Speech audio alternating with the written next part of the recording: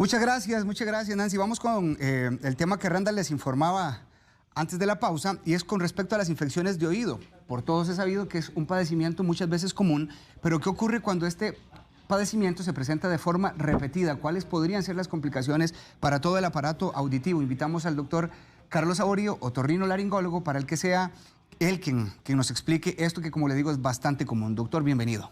Muchas gracias, Omar. Me imagino que cantó algunas. Vacilé bastante, la verdad. La pasamos muy bonito. Doctor, yo creo que este es un padecimiento que usted atiende en consulta con mucha regularidad. Claro, esto es algo de lo más frecuente que vemos en la consulta, no solo de otorrinolaringología, sino también de medicina general. Cabe decir que cuando hablamos del oído, pues entonces a veces nos imaginamos como que el oído es un solo órgano, una sola cosa, ¿verdad? Pero verdaderamente tiene partes, ¿verdad? Y cuando nos referimos a este tema de las infecciones de oído, hay dos partes que son las que más nos interesan. Una es lo que llamaríamos nosotros el oído externo, ¿ok? El oído externo entonces es todo lo que está de la membrana timpánica para afuera. Eso incluye, como lo podemos ver ahí en esa imagen, lo que es la piel que forra el conducto auditivo externo, incluye también lo que es el hueso que está, digamos, por debajo de esa piel, ¿ok? Y luego la otra parte es lo que es el oído medio, que es la parte que está, ahí la vemos por detrás del tímpano, que es donde están los huesitos del oído, donde está ese espacio que es propiamente el oído medio, ¿ok? Y donde está ese conducto que vemos en la parte inferior derecha de la pantalla, que dice trompa de Eustaquio, que es un canal que tiene una parte de hueso y una parte de músculos que une el oído con la nariz en la parte de atrás. Esto es muy importante porque ambos lugares nos dan síntomas, y esos síntomas, a pesar de que pueden parecerse muchísimo, debemos de saber diferenciarlos para poder darle al paciente un diagnóstico adecuado y que ese diagnóstico nos lleve a un tratamiento adecuado. Esta animación me parece interesantísima. Sí, doctor. claro, eso sí es súper interesante. Pueden ver ahí lo que es la fisiología del oído, ¿verdad? Cómo recibimos ese sonido es movido por la membrana timpánica. Ese tímpano lo amplifica y lo traslada a través de la cadena de huesecitos y luego lo entrega al oído interno, ¿de acuerdo? Ahí podemos ver por qué, por ejemplo, cuando tenemos una infección de oído externo o una infección de oído medio, una de las cosas que nos puede pasar es tener una pérdida auditiva que es, digamos, temporal, ¿verdad? Al pararse todo ese mecanismo, pues entonces evidentemente sentimos como que el oído como que el sonido no nos llega bien, como que no pasa bien, sensaciones de oído tapado, cosas de ese tipo. Está muy claro, doctor, porque entonces ya entendemos que puede presentarse infección en dos partes principalmente, que es lo que usted nos explicaba. Exactamente, que es... Háblame de causas, doctor. ¿Qué puede generar una infección en el oído? Ok, es muy interesante, pero cuando pensamos en esto y los pacientes consultan, hay cosas que uno tiene que pensar con respecto al paciente. O sea, si tenemos más factores de riesgo para generar este tipo de problemas a cada rato. Eso le llamamos nosotros precisamente factores de riesgo, ¿ok? Y es como, para que las personas nos entiendan, Omar, es como tener más números de la rifa para ganarnos el premio, ¿de acuerdo? Entonces, en otras palabras, cuando yo tengo infecciones de oído externo, y a esto me refiero con otitis externa, normalmente lo que voy a sentir es dolor en mi oído, un dolor bastante fuerte, un dolor donde el paciente dice: doctor, vea, no pude dormir, lloraba del dolor que tenía, ¿ok? Secreción que me baja por el oído, ¿ok? Y en algunas ocasiones sordera, ¿ok? Bueno, esto pasa usualmente cuando tenemos personas, por ejemplo, que se manipulan mucho el oído, las personas que usan muchísimo audífonos de estos que se meten hacia el conducto auditivo, o que utilizan aplicadores para estarse limpiando el oído, o que pasan rascándose y tocándose el oído. Esas personas pueden lastimar la piel del oído y generar que por ahí ingresen bacterias. Las personas que viven en lugares muy húmedos o que practican deportes acuáticos, también pueden, al estar expuestos a tanta humedad, pueden generar que esa piel se vaya macerando y que por ahí ingresen bacterias. Las personas que tienen anomalías en el conducto, ¿a qué llamamos anomalías? Bueno, son conductos auditivos que son o muy estrechos, o muy largos, o muy tortuosos, y eso genera que también la humedad se quede atrapada dentro del conducto auditivo externo. Aunque no lo creas, por ejemplo, un simple taco de cera, si a vos se te mete el agua y el agua queda atrapada detrás del taco de cera, eso puede generar que ahí se manifieste una infección de oído externo.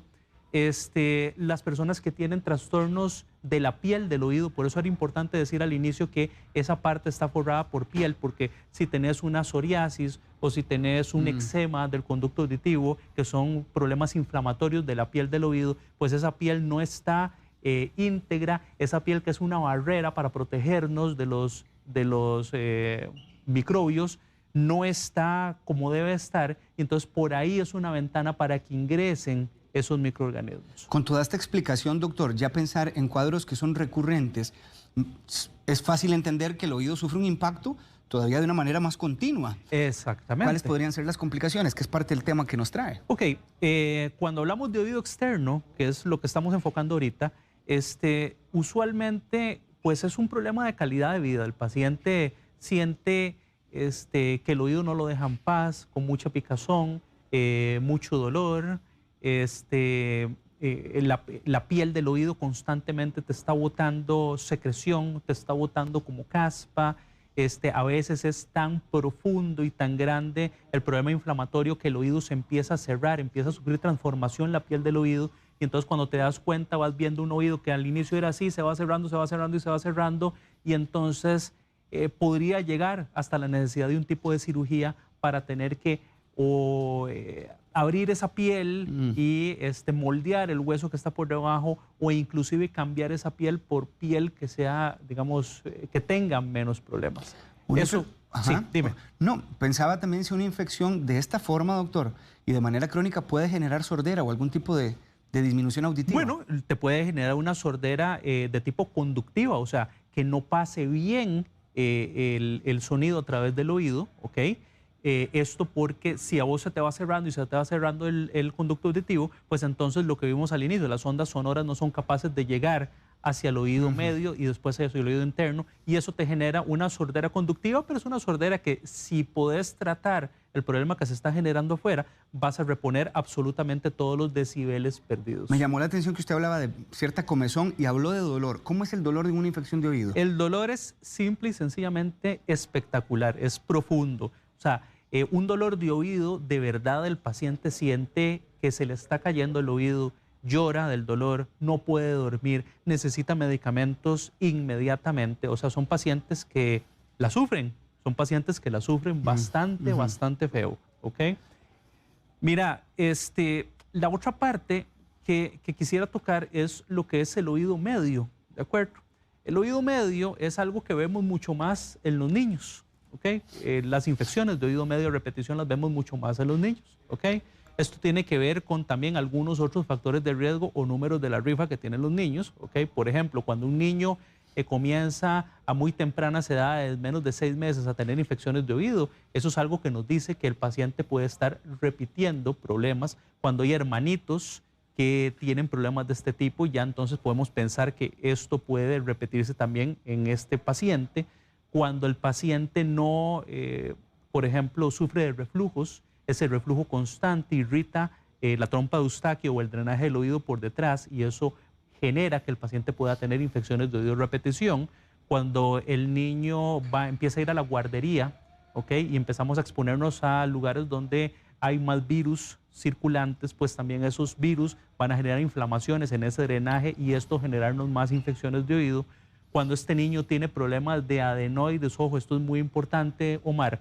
Por ejemplo, ese niño que nosotros vemos que hace infecciones de oído a repetición, lo llevamos donde el pediatra, donde el médico general a cada rato, porque a cada rato está con dolor de oído, a cada rato está sordo, a cada rato está con, nos dice el médico que tiene infección en el oído medio, ¿ok? Y resulta ser que yo como padre lo veo que cuando duerme con la boca abierta, respira durante el día con la boca abierta, su respiración nasal es mala, le hablo y no me escucha bien, coloca el volumen del televisor muy alto.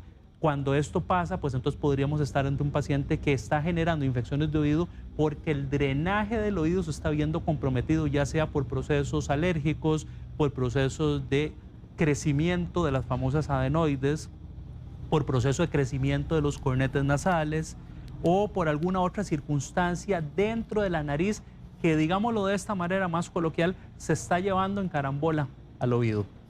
Doctor, siendo así, con toda esta explicación, ¿cómo diagnostican ustedes que hay una infección y qué tratamiento se aborda? Eso es muy importante. Lo primero, como te decía al inicio, es súper importante poder definir si lo que tenemos es oído medio u oído externo en la palestra, ¿ok? Entonces, nosotros lo que hacemos es hacerle en el consultorio una endoscopía, o sea, meter una camarita a través del oído y a través de la nariz para saber qué es lo que está pasando en ese momento.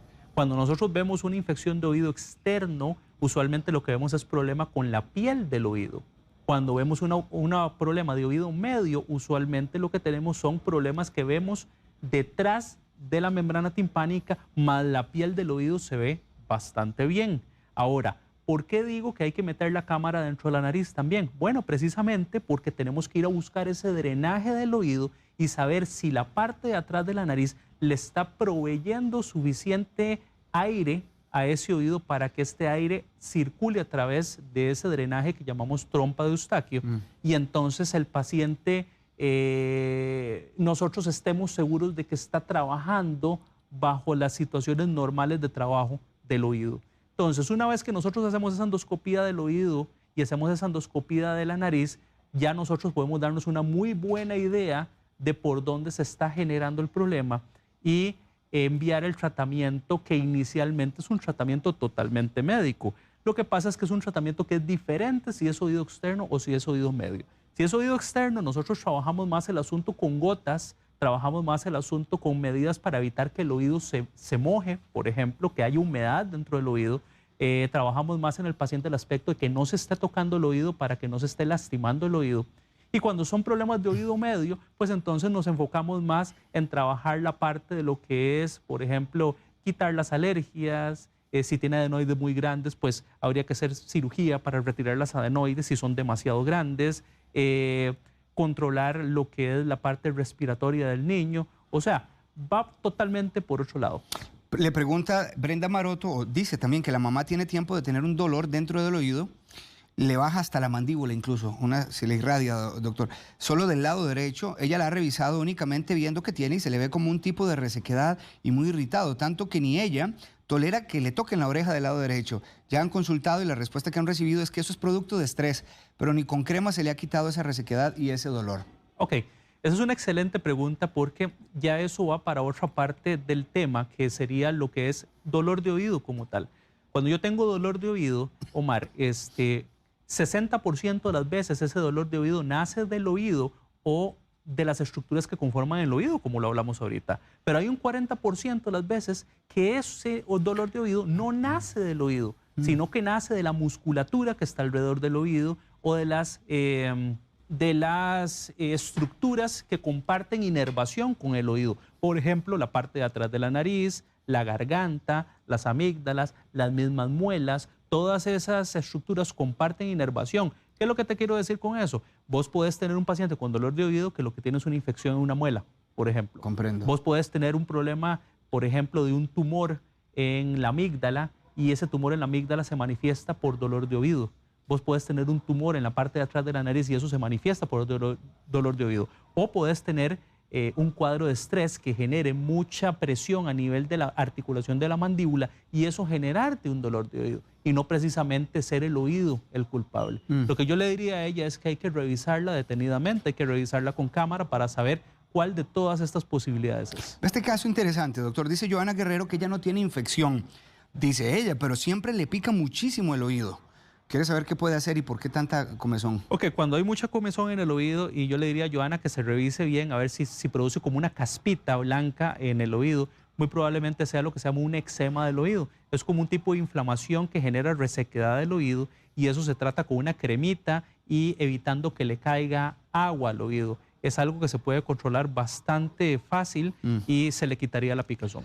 Natalia Marín dice que tiene hipotiroidismo, pero siempre le dan tapones, esto le produce tapones de cera, cuando le dan no escucha y tiene que hacerse lavados. ¿A qué se debe y qué puede hacer si hay alguna relación entre el hipotiroidismo y esta acumulación de cerumen? Ok, hay pacientes que tienen acumulación de cerumen simple y sencillamente porque tienen mucha producción de cera o porque tienen alteraciones en la forma del conducto, como lo dijimos inicialmente. Habría que revisar su conducto auditivo a ver si ella tiene estrecheces o partes donde esa cera se queda pegada y por eso no sale.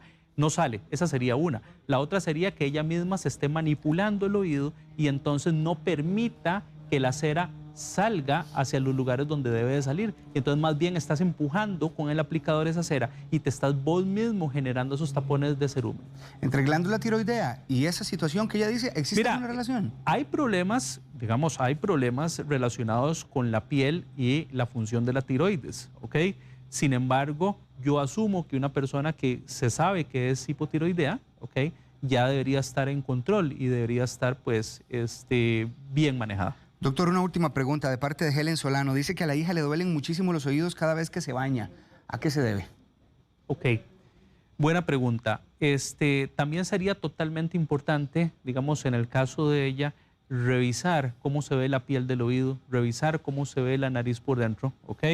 Porque en algunas ocasiones los pacientes pueden tener inflamaciones leves o que están comenzando de la piel del oído externo, ¿ok? Y como hablábamos ahora, la humedad incrementa el problema en el oído.